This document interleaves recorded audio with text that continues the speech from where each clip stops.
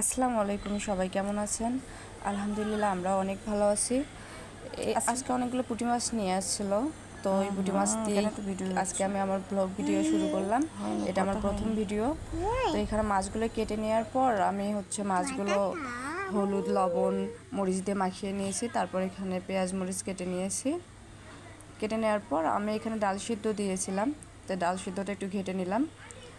তারপর এখানে আমি পানি অ্যাড করব, যতটুকু পানি লাগবে পরিমাণ মতো পানি অ্যাড করে নেব। তারপর আমি এখানে চুলাটায় আগুন দিয়ে দেব।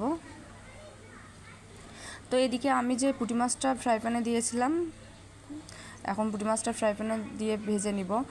আমাদের পরিবারের সবাই পুঁটি মাছ ভাজি খেতে অনেক পছন্দ করে, বিশেষ করে আমার হাজব্যান্ড অনেক পছন্দ করে। ওর যে কোনো মাছ ভাজি হলে অনেক ভালো। পুঁটি মাছ তো অনেক, ইলিশ মাছ, এই মাছগুলো সে ভাজি খেতেই পছন্দ করে। এখানে আমি একটু নেড়ে চেড়ে নিচ্ছি পুঁটি মাছটা। তো এখানে নাড়াচাড়া হতে থাক। আমি এর ভিতর পেঁয়াজ মরিচ অ্যাড করে নিব। পেঁয়াজ মরিচ যে কোনো মাছের সাথে, ভাজির সাথে অ্যাড করলে অনেক টেস্টি হয় আর কি ভাজিটা। এটা সকলেরই জানা আছে, আমি জানি। তো এখানে আমার ডালটা হতে চলেছে আর কি, এটাকে আমরা বলক ওটা বলি। তো এদিকে দেখেন আমার পুঁটি মাছটা ভাজির ফাইনাল লুক। পুঁটি মাছ ভাজিটা অনেক টেস্টি হয়েছিল।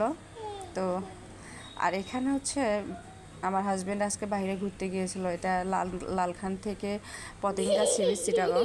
তো এখানে নতুন ফ্লাইওভার ওপেন হয়েছে, সেখানে আর কি ওকে বলেছিলাম যে বাইরে যখন যাবে আমার জন্য কিছু ভিডিও নিয়ে আসবা।